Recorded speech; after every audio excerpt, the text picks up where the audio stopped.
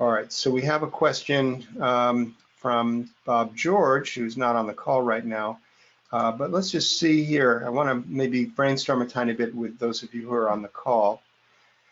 He's saying that he wants to be able to demonstrate a future status in the system. Once in a while, I'm asked to show walls, etc., that could be built in the future. I know renovation doesn't handle phased construction as yet, but a simple future filter could be helpful.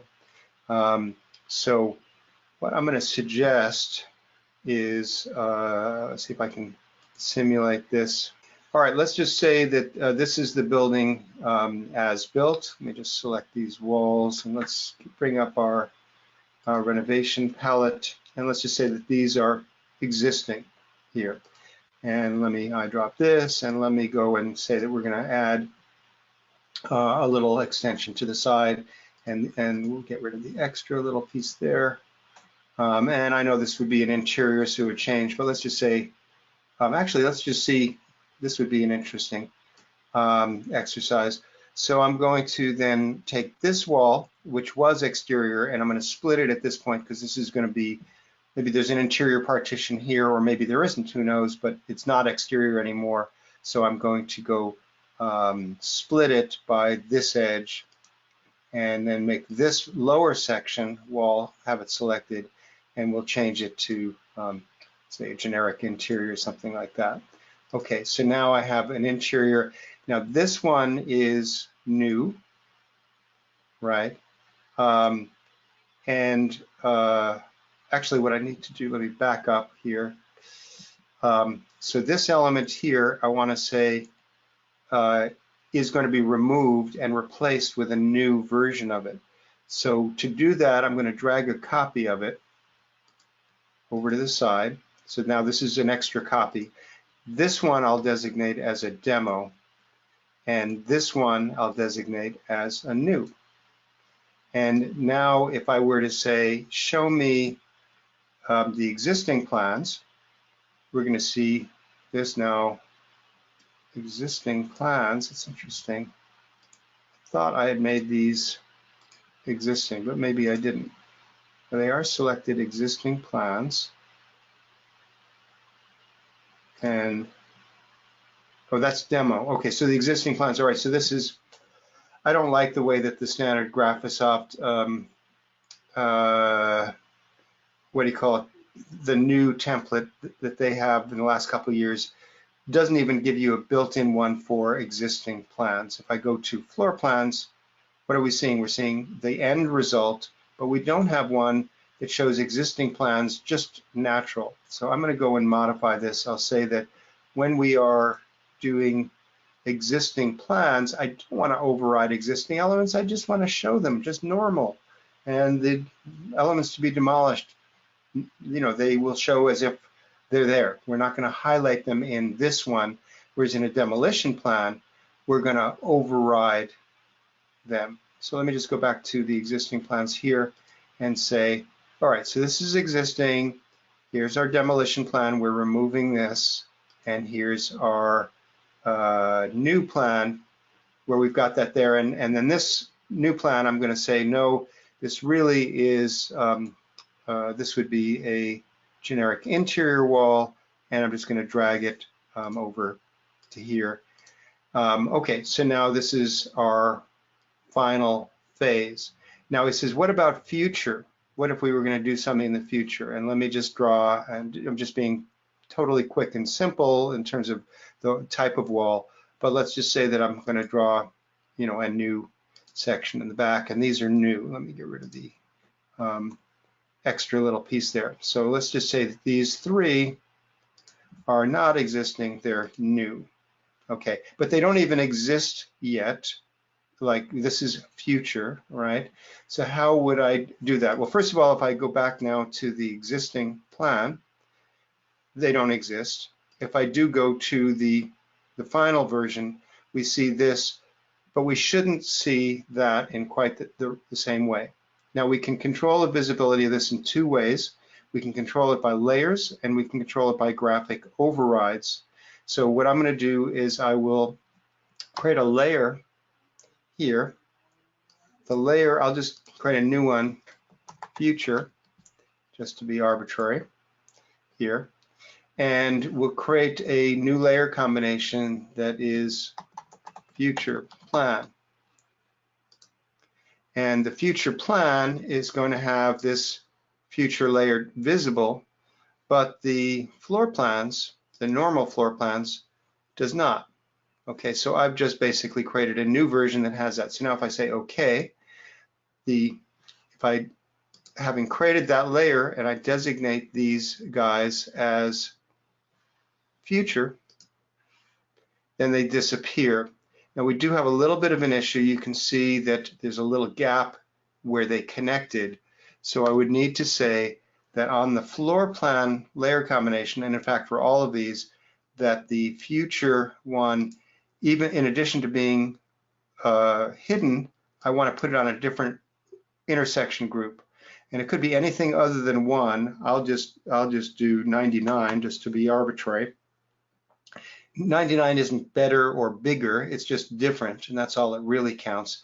And I've done it as part of this layer combination I'm going to update. So in the floor plans, this will be hidden, and it'll be at 99. When I say OK, now we don't see that gap. Now let me switch from the floor plans to the future plan, and now we can see those elements. So basically I can put these elements on a layer that I only show on one or more layer combinations that I want, and therefore we're now controlling it. We can go to the existing plans here with probably existing plans here. So this would be a view. We could save it as a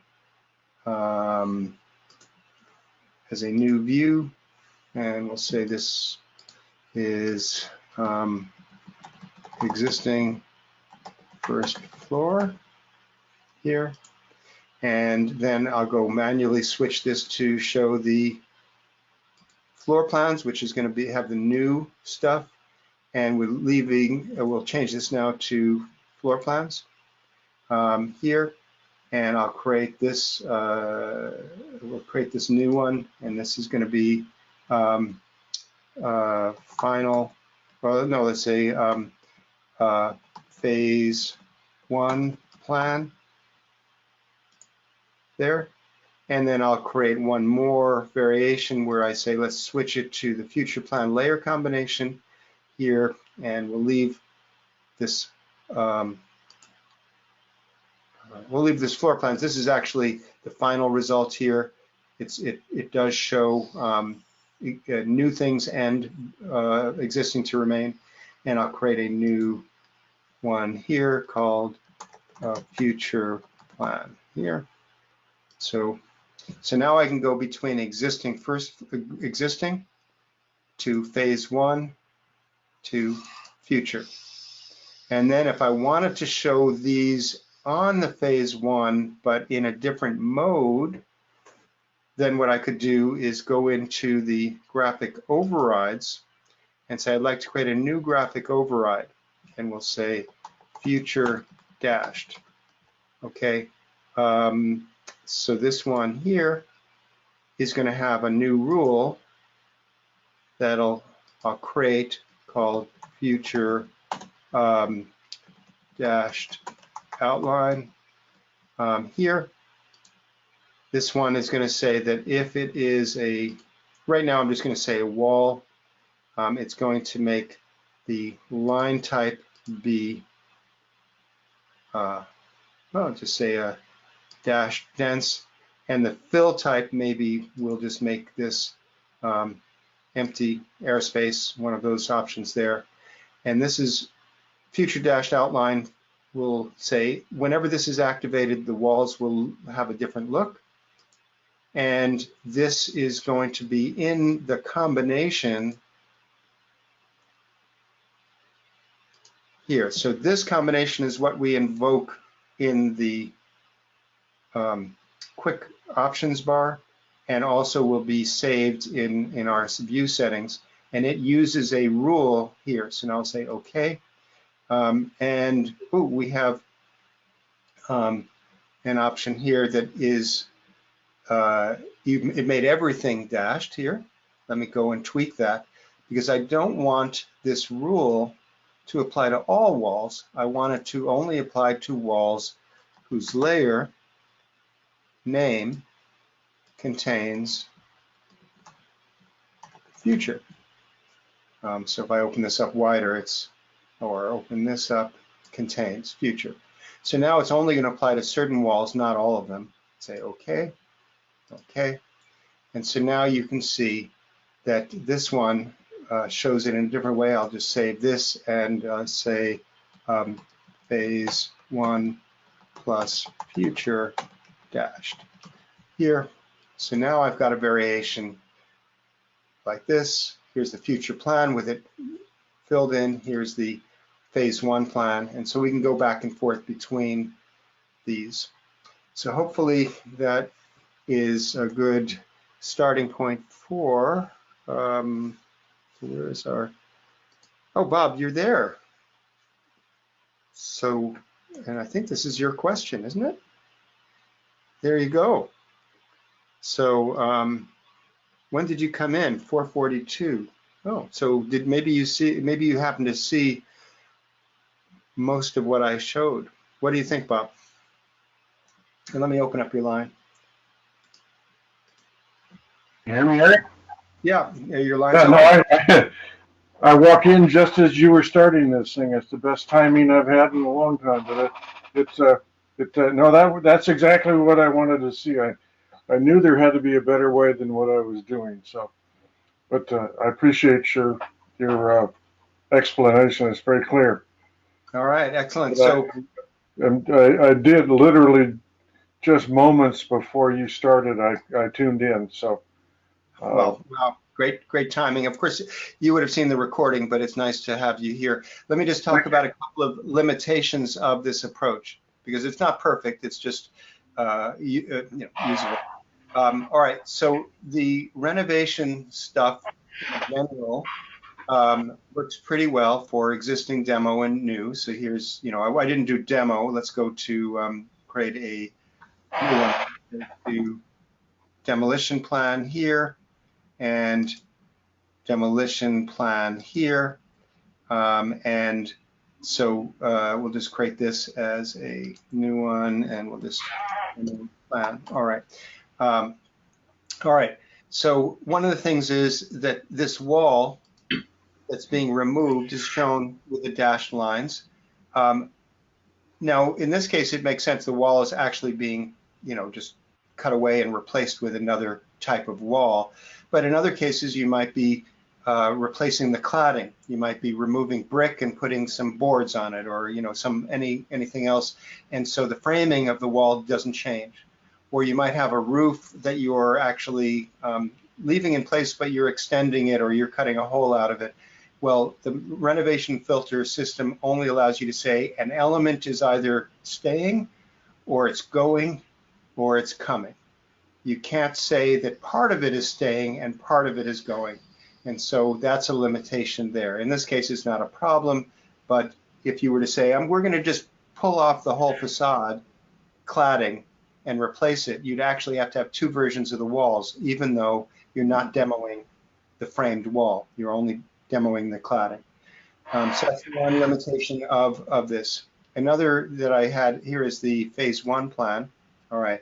So this is showing, the end result, and it's using a layer combination for floor plans, and of course you'd have a layer combination for 3D, etc. So you'd have a phase 1 3D view, etc. Now, if I go to the phase 1 plus future, I'm doing a graphic override, and the graphic override in this case is based on layers. So I said this description, I'm saying, hey, if it's a wall and it's on that layer, change the way it appears. Now, you may need to have more than one layer for the future condition. If you show it sometimes with just the walls, and sometimes with furniture, cabinet, fixtures, equipment, etc. Then you need more layers, so you'd have to make this more complicated. Of course, you may want to have it affect more than just walls doing this, so you might change that. So it can become complicated as you have different conditions that you want to show the future thing, because you might need more layers, you might need more representations. But in this simple case where you really just want to, as a presentation, say we're going to put in new walls and partitions in an area, this obviously works pretty well. So it just depends how complicated it is. If maybe you say, hey, we had a roof that overhang, and now the new roof is going to not have that overhang, it's going to have a new shape, you'd have more complications because you'd have to sort of cover up the old roof in some way, or have two layers, one with the phase one roof and one with the future roof. So it can get complicated, but this is the graphic override, and layers are the things you want to look at. That's exactly what I wanted, what I needed, that type of presentation, Eric. So I appreciate what you've done. No, all right. Okay, so Bob, I answered your question. That's great. We'll move on to here. So I'll just close this.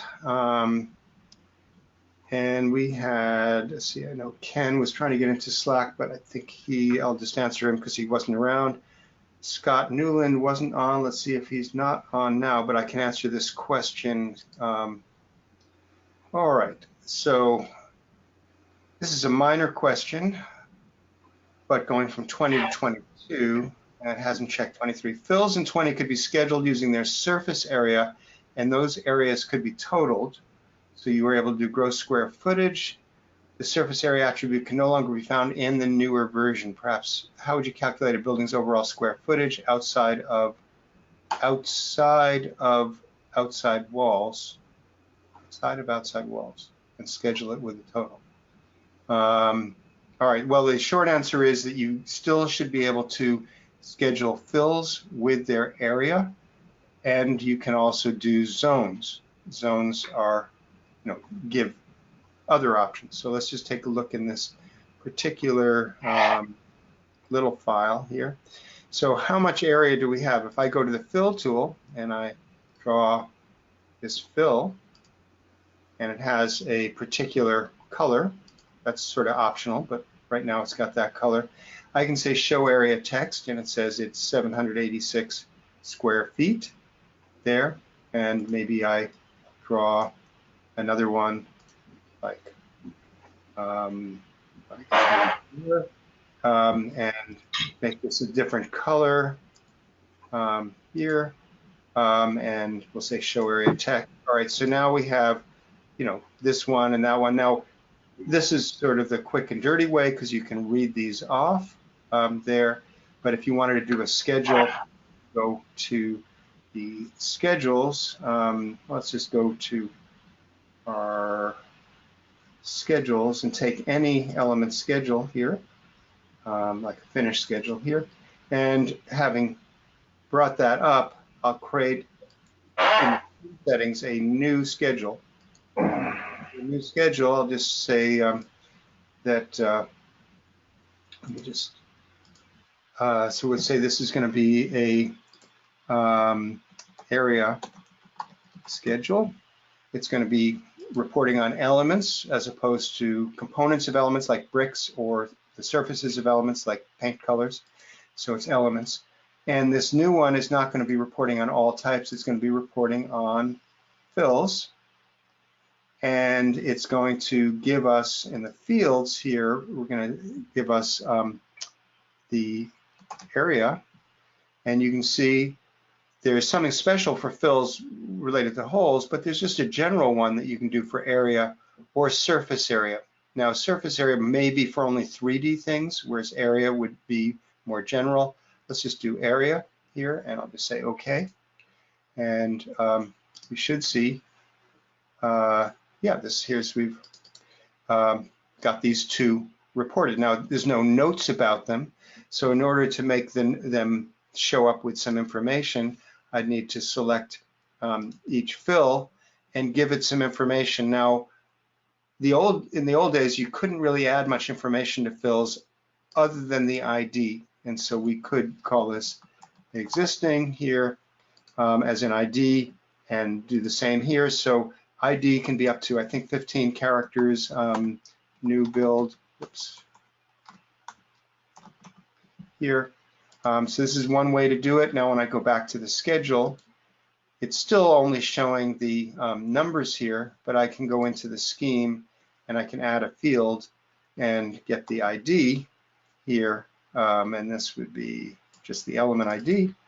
And maybe I want to put this to first, so it's the left-hand one, and say OK. And now it's got that. And I can just change this from, you know,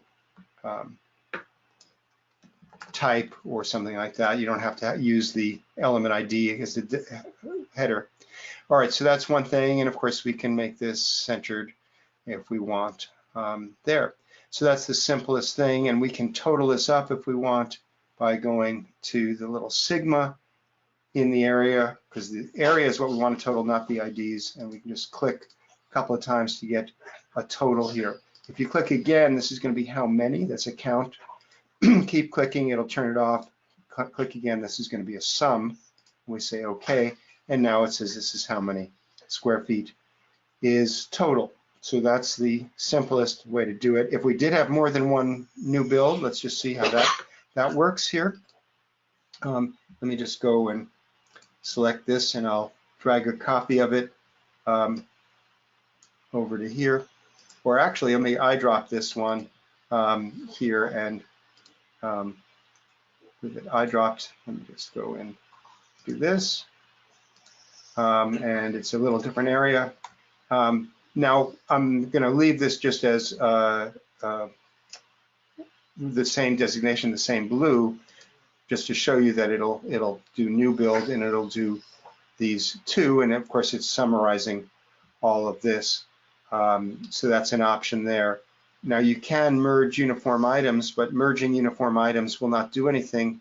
Actually, interesting. It merged it here, and of course it did the sum. I thought that it would only merge it if it had the same, everything was the same, but this is actually a little smarter.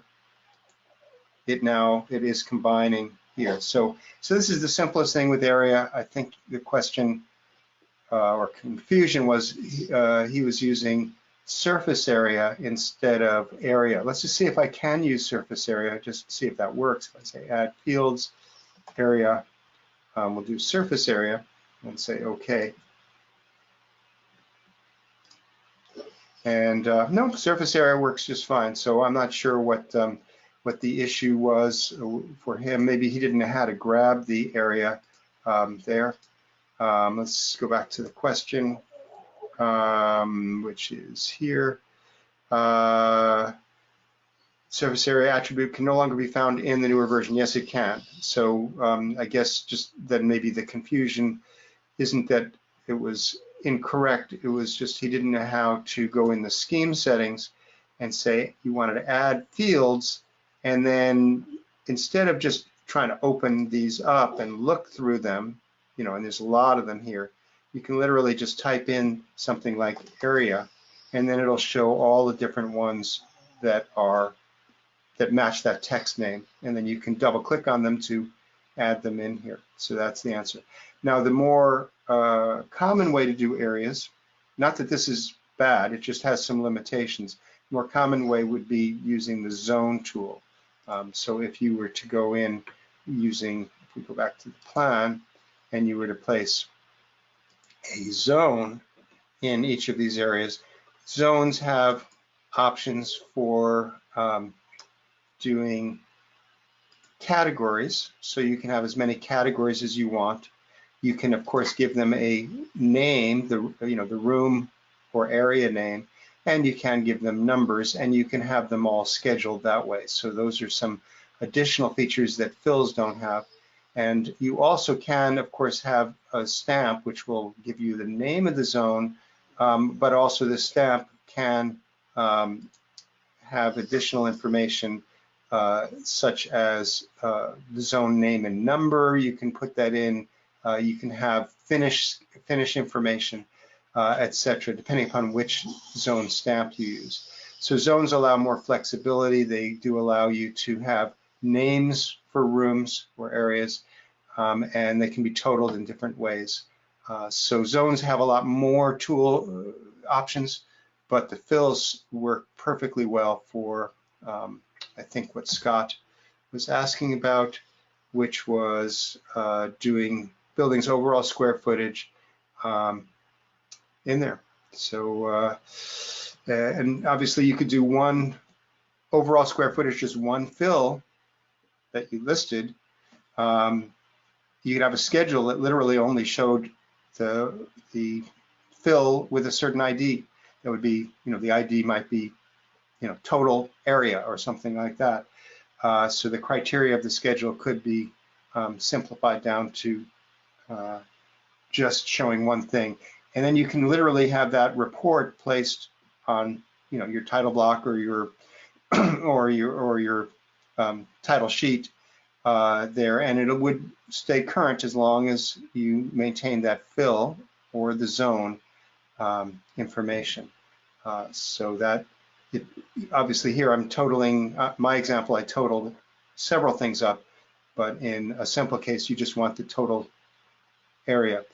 Now, if you wanted to do calculations like we want the floor area ratio, then you'd want to have a series of fills or zones that total up the area of the building, and then a separate one that totals up the area of the site, and then you'd want to do a calculation. And unfortunately, there's no way to do a floor area ratio calculation when you, inside ArchiCAD when you have a total, because the total is shown in a schedule and say this is how much the areas total up. And you can do calculations now in ArchiCAD 22 and 23, but you can only calculate one element against some other value. You can't calculate the total against another total, at least not within ArchiCAD. Of course, you may just get some totals and then figure out your ratio and type it in, but it won't be something that it would update automatically. So that is a limitation. If you want to get more sophisticated totaling and reporting, then you would want to use Excel, and the Arc5D estimating solution for ArchiCAD that John Hallgarth and I have developed would be a great way to do that. You could, getting floor area ratio would be the tiniest little piece of it, but you can use ArchiCAD in conjunction with Excel to get tremendous depth in reporting and flexibility in terms of the way that it's formatted. So for anyone who wants more information about that, you can go to archicadestimating.com and you'll see information about Arc5D. So, all right, we are a little after 5. We've gone 2 hours today. Let's see if there are any final questions in Slack here. So Roger says, if you have an existing wall and you need to move the window, how would you use the renovation tool for that? Okay, so Roger, that's relatively straightforward. Let's just see that. So I'm going to put in a window here. Now remember, this wall is part of the existing condition, and this window, I'm going to drag a copy of it over here, and let's just say that I want to make it even bigger, so I'll just stretch it. Yeah, I guess I can stretch the end. All right, so now I've got 2 windows, one huge one and one little one, and I'll designate the little one here as demo, so it's going to be removed, and I'll designate the new one as new. And now if I go to existing plan, if I actually go to the existing first floor plan, you can see that I've got this window. And when I go to the demo plan, it says we're going to have to cut that window out and open up this wall. And then when I go to phase 1 plan, I'm seeing the end result. So the trick is you need to have two windows, one of which is designated as demo and the other of which is designated as new, and then you will end up with the ability to show earlier conditions and later conditions like that. So let's see if there's any follow-up question there from Roger here. So can you do that with skins also? No, because you know, you're basically, well, maybe I'd say premature. Let's just say, let's say that we were, I'm just going to do it, simplify it, avoid the issue of having the window in it. Say that this is a wall here that is going to be that's going to be, well, let me drag a copy of it. Just first of all, drag a copy here. All right, so now there's two copies. And let's say that this is the existing one that's going to be demoed. And then I'll take this one and it's going to be new. And I'll drag it into place and I'll make it different. How will I make it different? Maybe I'll make it something, I'll make it have a skin on it. All right. And we'll make it I don't know, something bigger like that. And then I'll say that the reference line is going to be on the core outside. All right, so now you can see the blue line was in line with this. And let me just, this is way too thick, or at least let's go masonry. Yeah, here, let's make it thinner. There, okay. So now if I, and I've designated this wall as new. So now if I switch to an existing plan, we have this condition here. In the demo plan, that wall comes out. So even though I might just be adding cladding, a skin or whatever, I have to say that the whole thing comes out. So that's the real serious limitation. And then if I go to the phase one plan, I'm seeing the end result condition there. So even though maybe this skin here is the same as that, and I didn't actually, what do you call it? I didn't really need to demo this. I was just adding a skin. I have to designate the whole wall as being taken out. So, all right, and Roger says, that is what I have been doing for skins. Yep, so that's basically, you have to have the whole element changed out, even though only part of it is. It does work pretty nicely for the windows. So, all right, well, thank you all for joining me for the ArchiCAD coaching program call. Look forward to helping you through email, as well as in our regular weekly calls. You can always reach me at support@bobrow.com, and look forward to working with you with ArchiCAD 23 and all of us learning together. So take care. Thanks for watching.